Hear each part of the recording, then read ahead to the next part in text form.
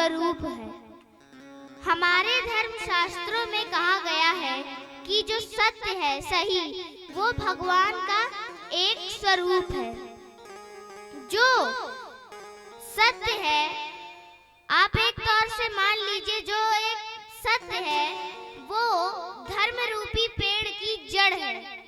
सत्य जड़ है, धर्म पेड़ है, और उस पेड़ पर एक सुख रूपी फल हुआ है। एक फल, जैसे जो पेड़ होते हैं उन पर एक फल होता है, जैसे आम के पेड़ पे आम का फल, सीताफल के पेड़ पे सीताफल का फल, वैसे ही धर्म रूपी पेड़ पर सुख का फल है। एक बार की बात है, एक राजा था। उसकी राज्यसभा में 4 मेहमान आए। पहला सत्य, दूसरा धर्म, तीसरा श्री यानी लक्ष्मी जी, और चौथा कीर्ति आई। क्या हुआ, एक दिन जो कीर्ति थी वो जाने लगी। जो राजा था उसने कीर्ति से पूछा, आप कहाँ जा रहे हैं? कीर्ति ने कहा, मैं आपको छोड़कर जा रही हूँ।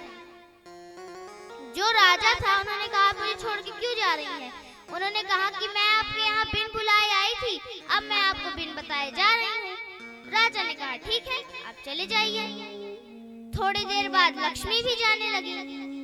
जब राजा ने पूछा, आप क्यों जा रही हैं? तो लक्ष्मी ने बोला, जहाँ कीर्ति रहती है वहाँ मैं रहती हूँ, मैं भी जा रही हूँ। लक्ष्मी भी चली गई।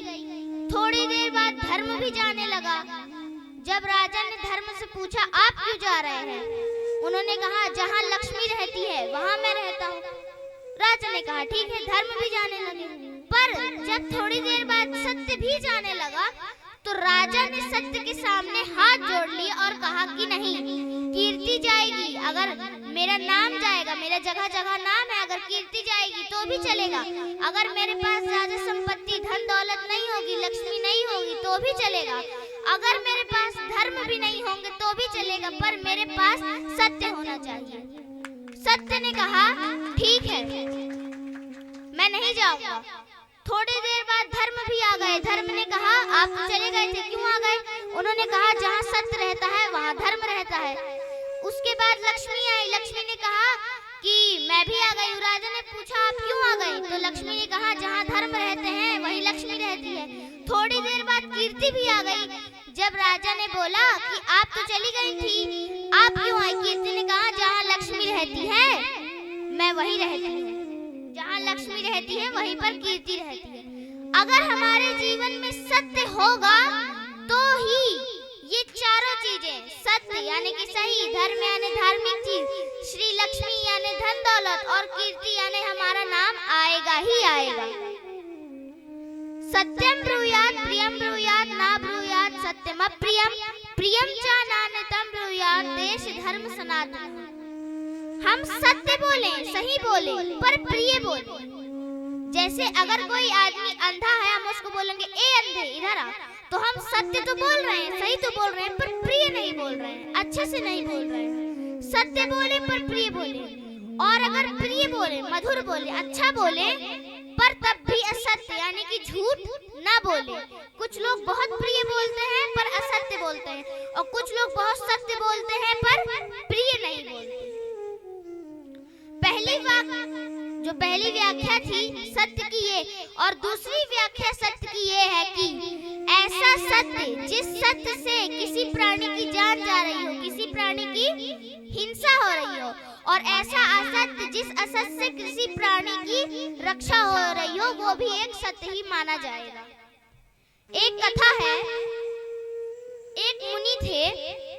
वो मुनि अपनी कुटिया के पास एक पेड़ था जंगल में, वहां पे तपस्या कर रहे थे। तभी वहां पर एक व्याधा आया, शिकारी आया, और वो सुअर का शिकार कर रहा था, सुअर का शिकार कर रहा था। तो उसने सुअर को 3-4 बाण मारे, जिससे वो थोड़ा घायल हो गया था, पर वो तो भी धीरे धीरे चल रहा था। और जहां पर संत की कुटिया थी वहां पर एक बगिया भी थी, और होगी भी, क्योंकि जंगल है, जंगलों में तो घास फूल पत्ती पेड़ पौधे सब होते ही हैं। तो उन्हीं के पीछे वो छुप गया। जो व्याधा था उसने संत से पूछा, क्या आपने मेरे शिकार सुअर को देखा है? तो अगर वो जो संत है, अगर वो सत्य बोल देते, हाँ मैंने देखा है कि आपका सुअर झाड़ियों में छुपा है, तो वो हम सही तो बोलेंगे पर हमको पाप लगेगा, क्योंकि व्याधा सुअर को पकड़ेगा और उसे मार देगा। पर अगर हम असत्य बोलेंगे कि मैंने उस सुअर को नहीं देखा है, तो भी हमें पाप लगेगा, क्योंकि हमने झूठ बोला। तो अब इन दोनों परिस्थिति में हम करें क्या? तो वो जो मुनि थे, जो संत थे, उन्होंने उत्तर दिया कि उन्होंने व्याधे से पूछा, देखने का काम कौन करता है? व्याधे ने बोला, आँख करती है। तो मुनि ने बोला, क्या आँख बोल सकती है? तो व्याधे ने कहा, नहीं, आँख नहीं बोल सकती। मुनि ने कहा, बोलने का काम कौन करता है? व्याधे ने कहा, मुख, वाणी करती है। तो जो मुनि थे उन्होंने पूछा, क्या वाणी देख सकती है?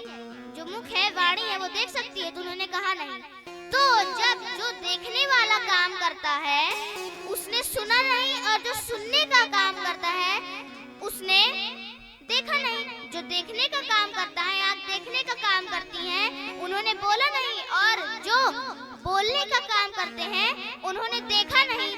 तो तुम मुझसे बार बार ये क्यों पूछ रहे हो? किम पृच्छति सः पुनः पुनः, तुम मुझसे ये बार बार क्यों पूछ रहे हो? तभी वहाँ से व्याधा चला जाता है। अगर आपके सामने भी इस तरह परिस्थिति आती है तो आप भी इस तरह का उत्तर उन्हें दे सकते हैं। आप अगर सत्य बोलते हैं, मैंने उसे देखा है, तो आपको पाप लगेगा। असत्य बोलेंगे, दोनों जगहों में आपको पाप लगेगा। एक कसाई था, वो दौड़ रहा था गाय के पीछे, गाय भाग रही थी, गाय को मारने के लिए कसाई दौड़ रहा था।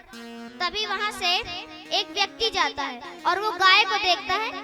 गाय इस तरफ छुपती है, गाय इस तरफ छुपती है, और जो कसाई था वो सीधे आ रहा था। उसने व्यक्ति से पूछा, क्या आपने गाय को देखा है?